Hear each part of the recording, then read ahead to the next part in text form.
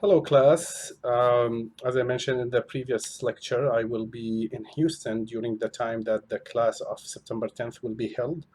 That's why I'm recording these three videos for Chapter 17, Chapter 18, and Chapter 3. So please do watch these videos because they include explanation of the concepts and the theories, and I also provide examples to help you understand these concepts. It will also help you answer the questions in the video the video discussion questions. So please do watch these videos. It's required to watch these videos. I'm gonna trust you that you will watch them. So we'll go ahead and start with chapter 17, which talks about career management, and this is very important chapter for you personally, so you can know and plan for your different career stages. And we'll see what these stages are and what are the challenges that you will face in each stage. So we'll go ahead and get started. Some definitions at the beginning. So what does career mean? Career means the pattern of work-related experiences that spans the course of a person's life. In simple terms, it's your career progression as you proceed in either in the same company or in different companies, and the different positions that you hold as you progress your career. The career management is the lifelong process of learning and managing your personal career as you move on. So it's a lifelong thing. So it doesn't start today and then you just forget about it. It's you have to modify, you change it, you revise it based on your work, your life, your skills that you learned, your experiences. So one key thing from this slide is that the career management is something that you need to do the whole time you are in the workforce. We'll talk about the occupational and organizational choice decisions. How do people choose their occupation, and how do people choose the organization that they will work for? Very good topic for you to learn, because I know you are all working full-time, but maybe you are planning to change after you graduate. Maybe you are planning to work in a global company if you're working in a local company. Maybe you'll start your own business in the future. So please do pay attention to the following slides. So we previously we had some aspects and definitions about career, but in the last maybe 20 years, there are new characteristics of the new career. Previously, the expectation of the company was that the employee will be loyal to them, they will not leave, they will learn how to do their job, and they will stay with the company. These days, it's a little bit different, because the main idea here is that you exchange benefits with the company. You work for the company and you provide your skills, your expertise. In turn, the company gives you salary, gives you benefits. So it's that's what the discrete exchange meaning is. And I'm gonna pull up my notes here just to remember if I want to mention a few things.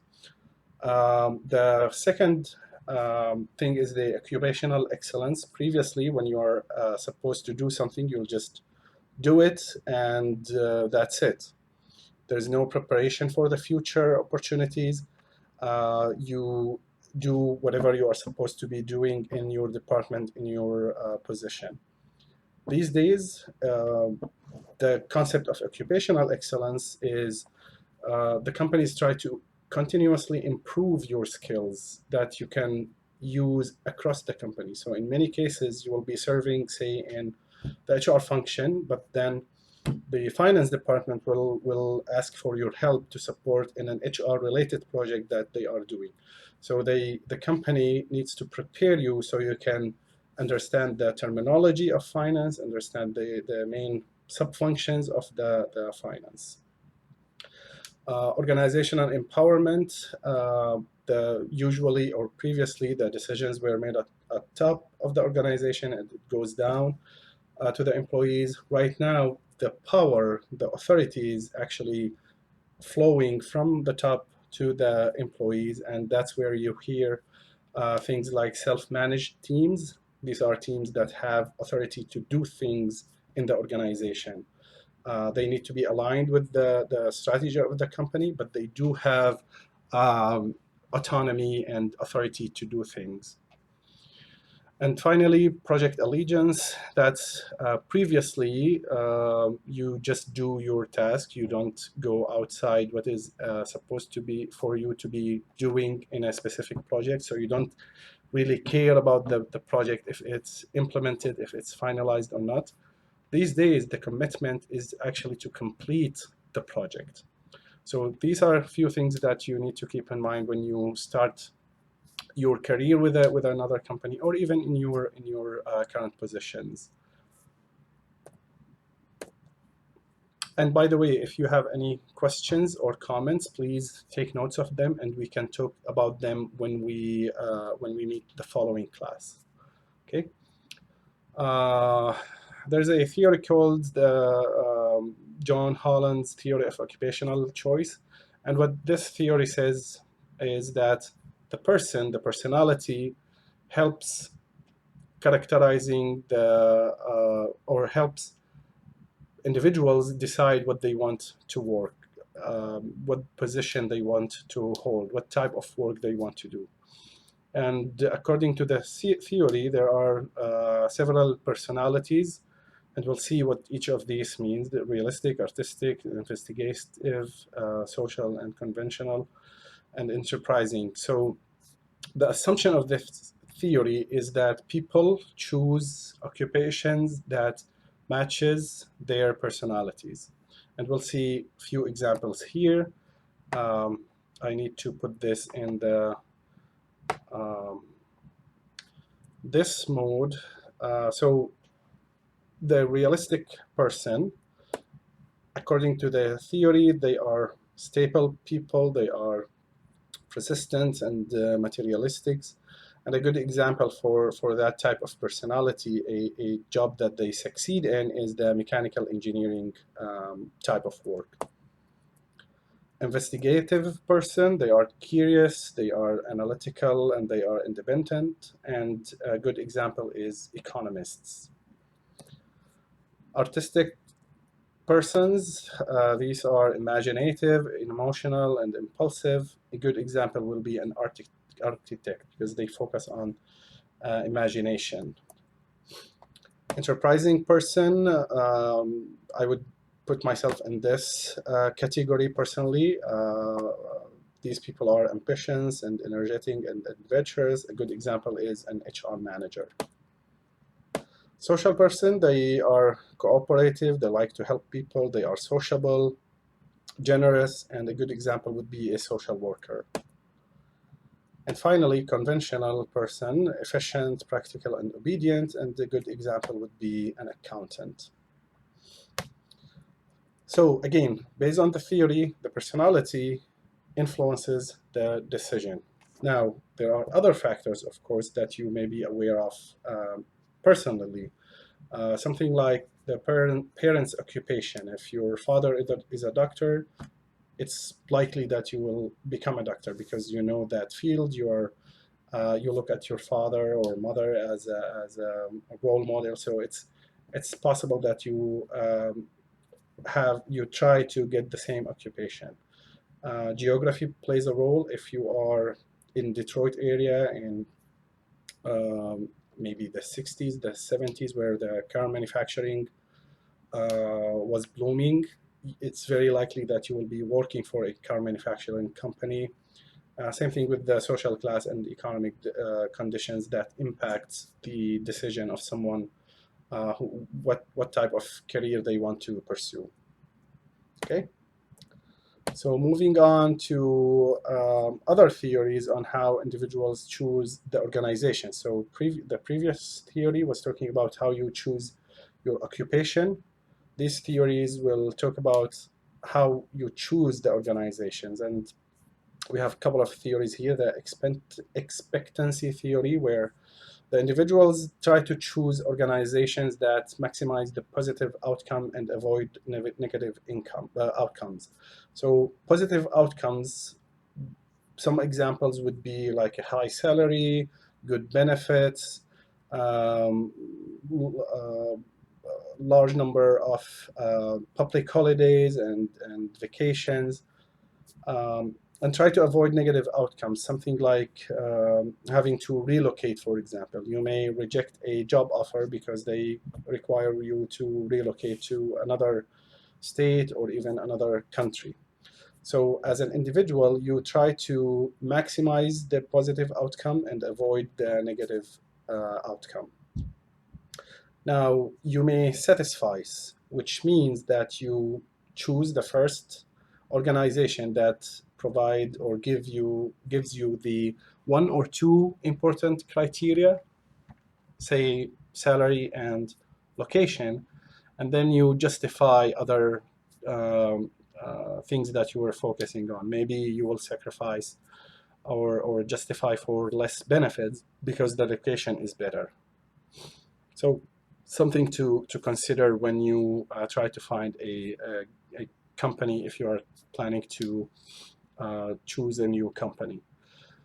Another concept that I want to introduce here is called the RJP, or Realistic Job Preview.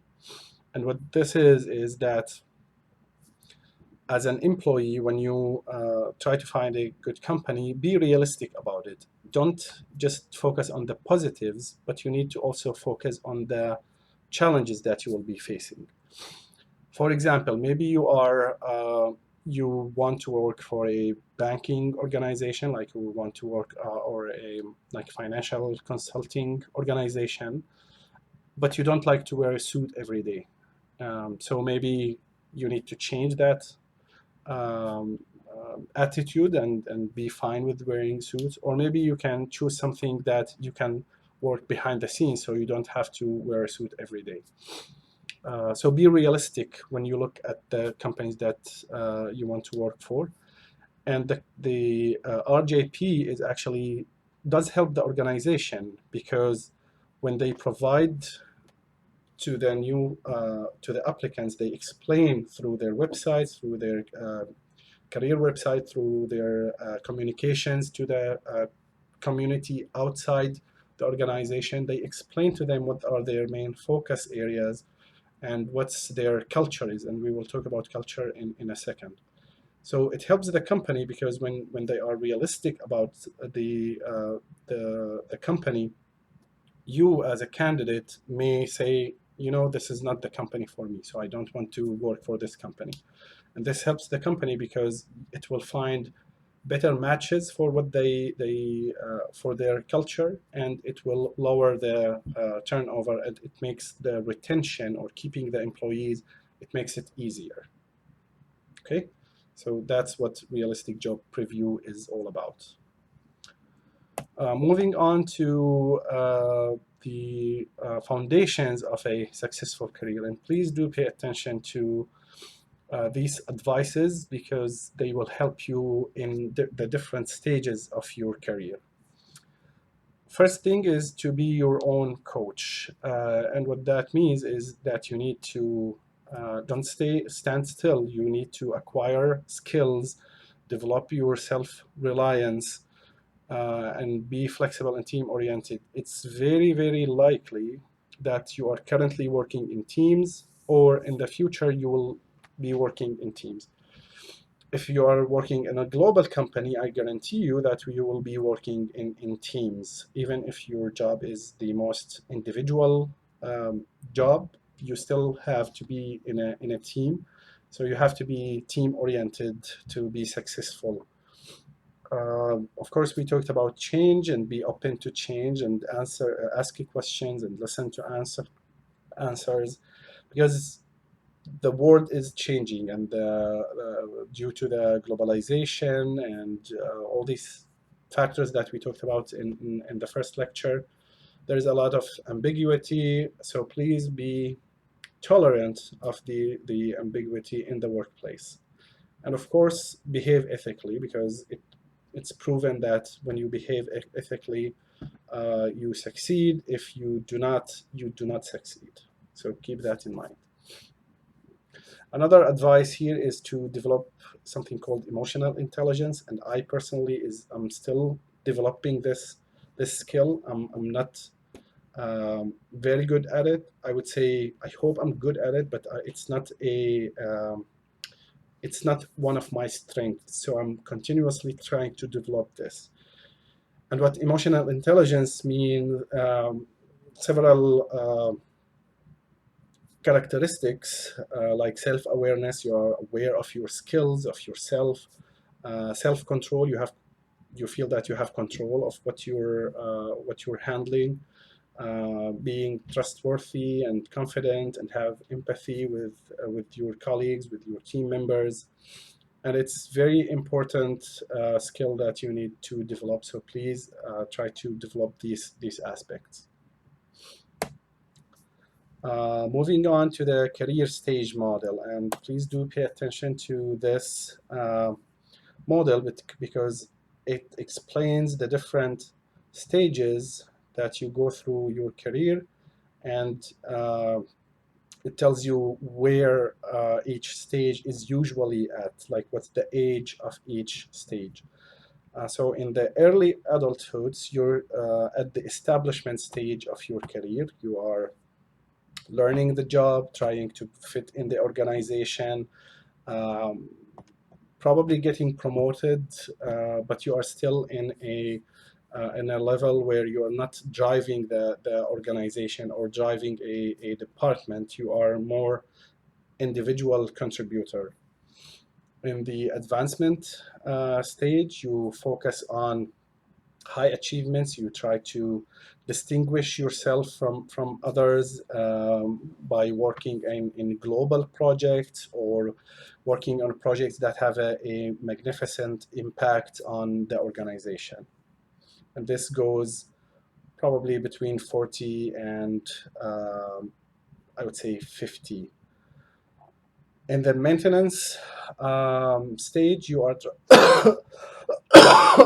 excuse me, you are trying to maintain your productivity. So you're trying to maintain what you have achieved, and trying to I don't want to say survive, but maybe thrive through all the changes that are happening, and the coming of the newer workforce in the organization, the younger generation. So you try to maintain your productivity. And this is maybe between the 50 and 60 of years old. And finally, the withdrawal from the organization. That's where you need to start studying and planning for your retirement plans. So planning for your retirement it's never too early to start planning for your retirement. And you may be surprised by this, but whatever you decide to contribute now through your 401k or your retirement savings will impact your retirement. Because if you start today by adding, say, $500 every month, you get used to deducting these $500. But as you move on in your career, but if you decide to do like $100, it will be harder 5 years from now to increase this number, so, or this amount. So please do make sure that you plan for your retirement. Consult with your HR partner in your organization, or talk to your leader about it, just to make sure that you are planning well for your retirement. Another option could be changing your career, and you could, and this is something I saw in with many of my colleagues, where they get to their retirement age, they retire from Dow, but they start maybe their own consulting company, or they provide consulting services to other companies. So they change their career. They're still in the HR field, but they change the role and the job that they do. And in the next slides, we will talk about each stage and what are the definitions and the challenges that you face in each of these stages. We'll start with the first stage, that is the establishment stage. And there are a few tasks for you as a newcomer to the organization. And remember, we're talking about establishment. So most of us, including myself, are in this early adulthood stage, and we are in the establishment stage of our careers.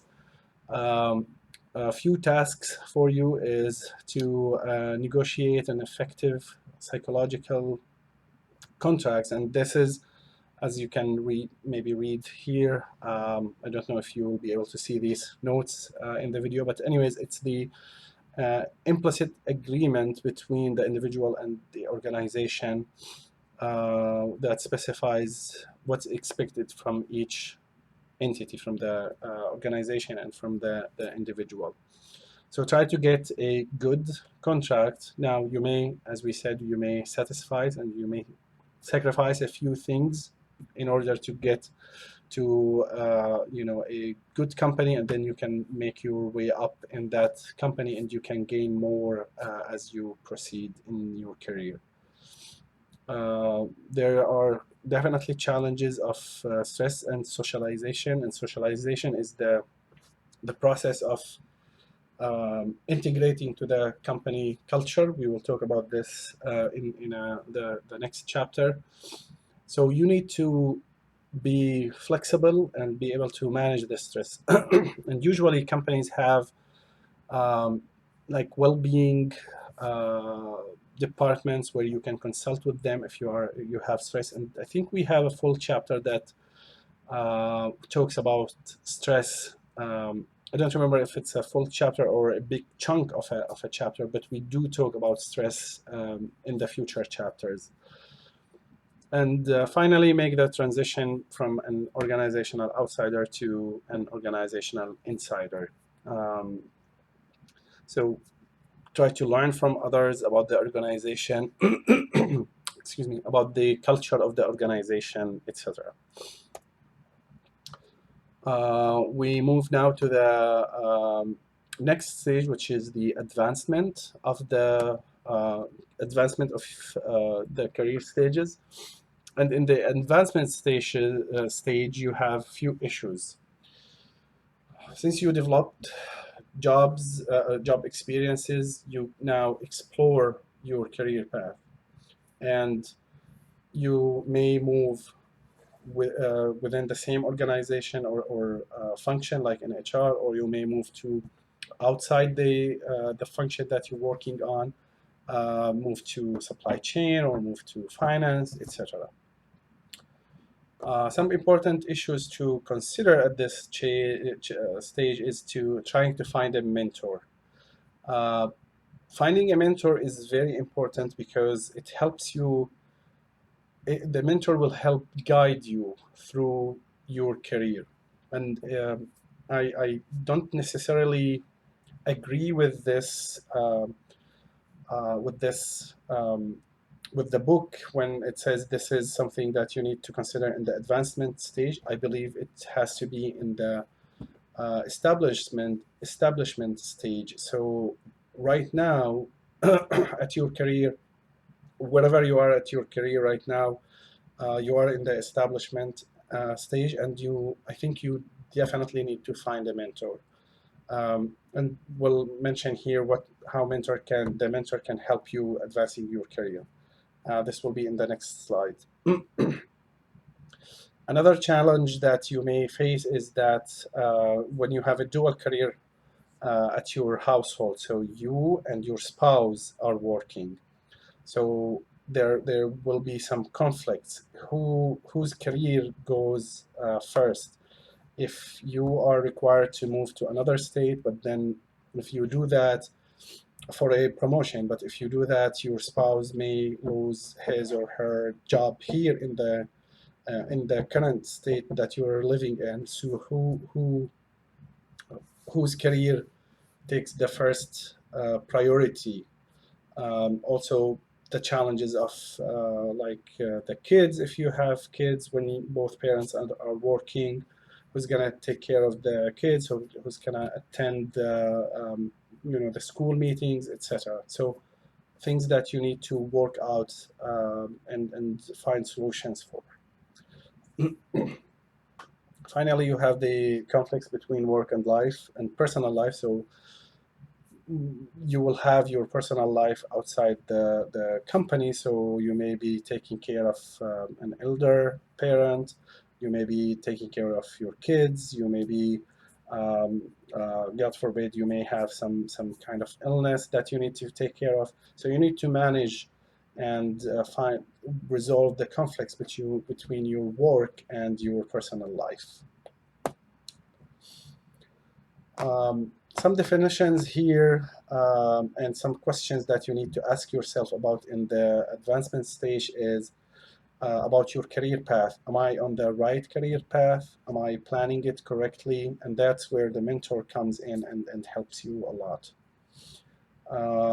There's something called career ladder, and that's the structured series of job positions through which the individual progresses in an organization. So that's usually, or not usually, in many cases it goes as a ladder, but sometimes you move on the same level. So you move laterally through different departments in the organization, and that's the what's called the career lattice. You definitely develop a lot of skills and experiences, even if you move in the same level of the organization. So you are at a specialist level.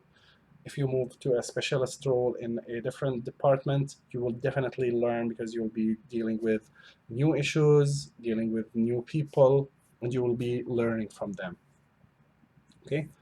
And these are all questions and things to consider in the advancement stage. I mentioned the importance of finding a mentor, and these are a few functions of a mentor when you have a mentor. And if the mentor that you have right now is not helping you with these things, maybe you need to revisit your mentorship relationship with this individual, or maybe try to find another mentor. So they help you. The mentor should be helping you in your career, and also in provide psychological support as well. So in the career, in your career, they sponsor you. So if you are in an organization and you have a global leader who's a mentor for you, they will sponsor you. They will be your advocates. They will be nominating you for projects. They will be helping you meet new people and have exposure and visibility in the company. They also provide coaching. So if you do something right, they tell you how it helped you, or if you do something wrong, they will tell you how to fix it and how it could impact your career in the future. In the psychological function,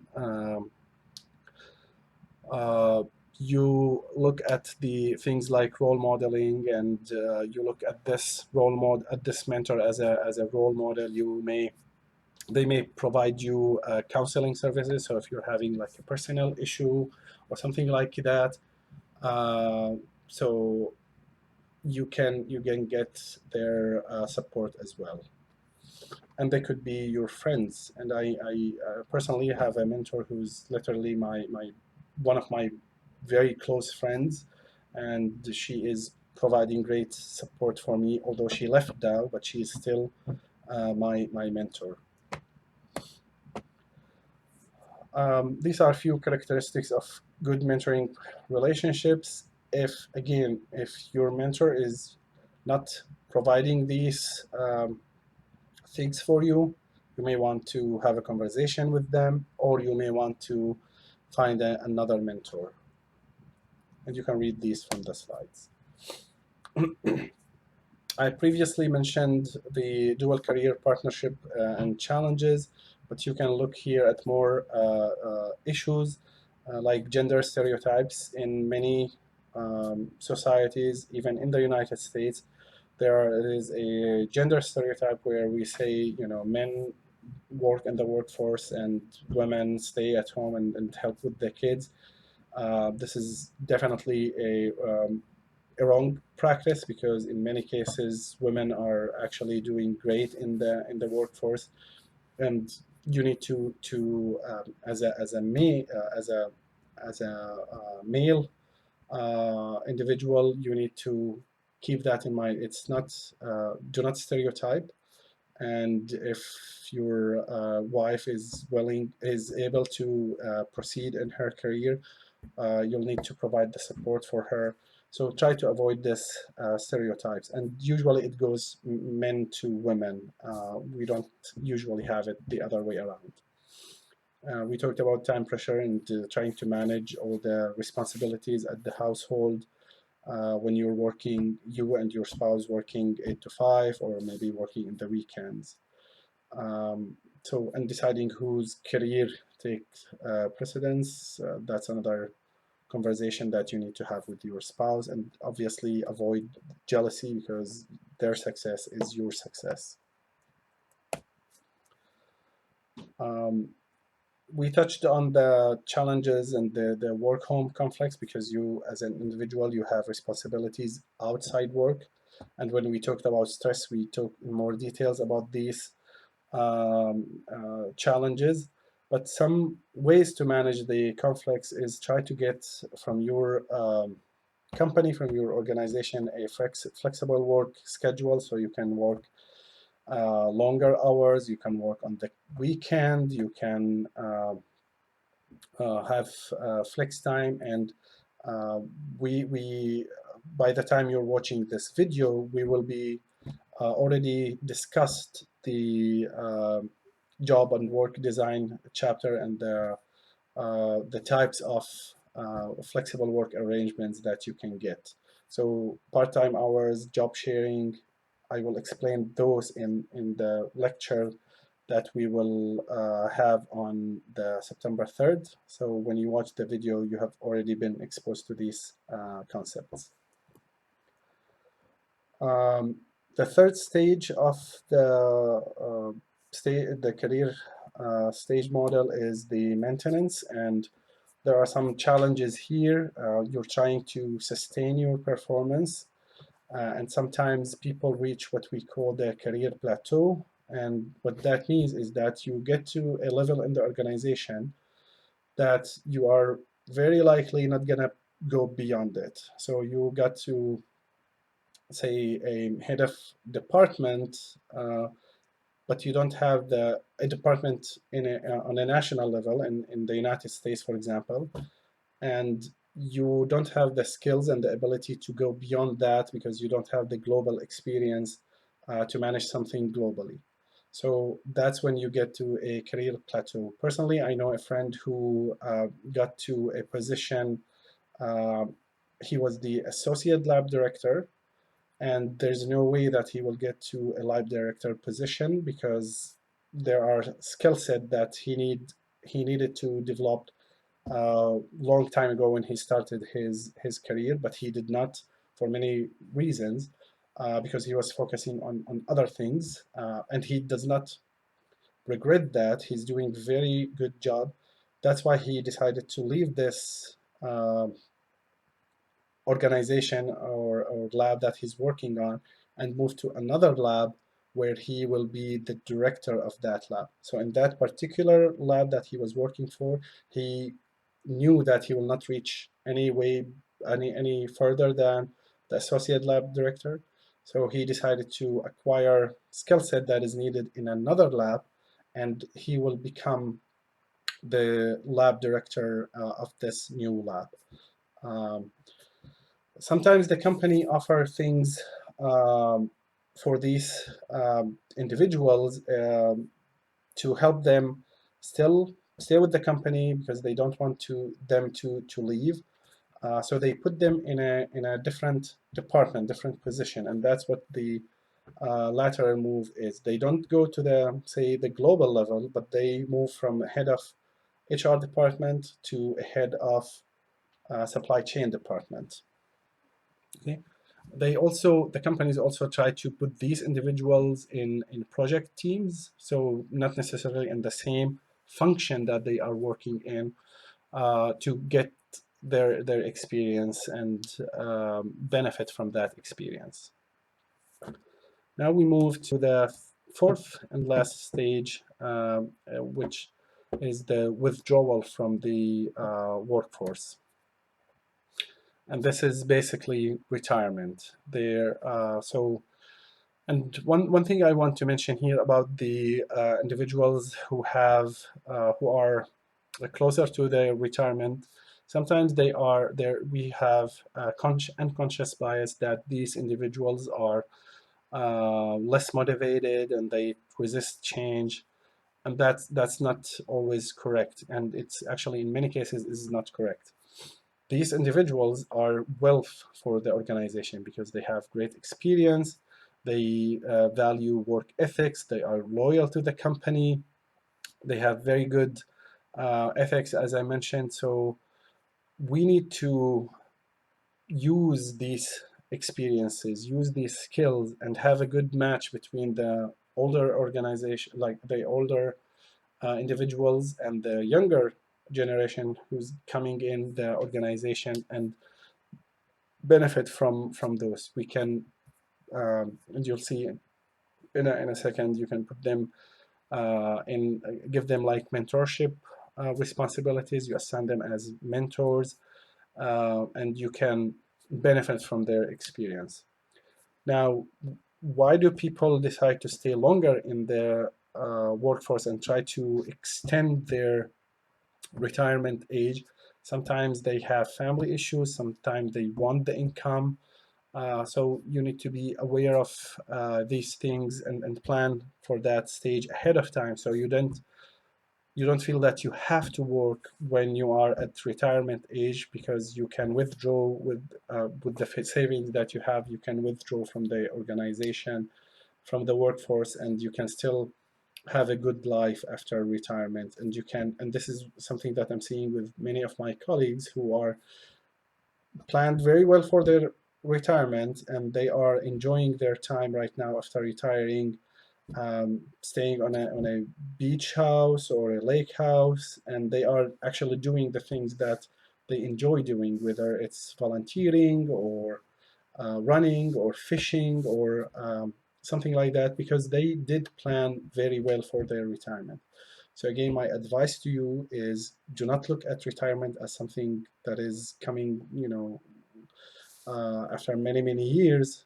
Do plan for it right now and consult with your HR partner or your leader on how to better plan for your retirement. One last thing to mention in this chapter is called the career anchors, and the career anchors are your what actually motivates you to work, what makes you wake up in the morning and go and enjoy the thing that you're doing. Some people are they have managerial competence, some people are creative, some people are prefer stability. So if you are a creative person, you may want to avoid positions like a bank teller because there's no place for creativity there. Another example, if you prefer stability, you may want to consider like a social work position versus working as a sales representative for seasonal product, like something that is related to Christmas only products. So it's very seasonal, and your income will be fluctuating or may not as stable. But if stability and security is one of your anchors, you may consider like a government job or something that is stable. And this is the end of our chapter. It's we to summarize, we talked about the different stages of your career and what are the challenges that you face at each change. And we also talked about how individuals choose organizations and occupations. And we ended with the what motivates you to work in the workforce, and when you make the decision on what position you want to hold and what position you apply for, if you are planning to change your current employer, what to look for based on your career anchors. If you have any questions or comments about this chapter, please do write them down, and I'll be happy to talk about them next class. And this ends our chapter 17 slides. I will stop the video now and will start recording a new video that is chapter 18. Thank you, and we'll see you in the next video. Bye.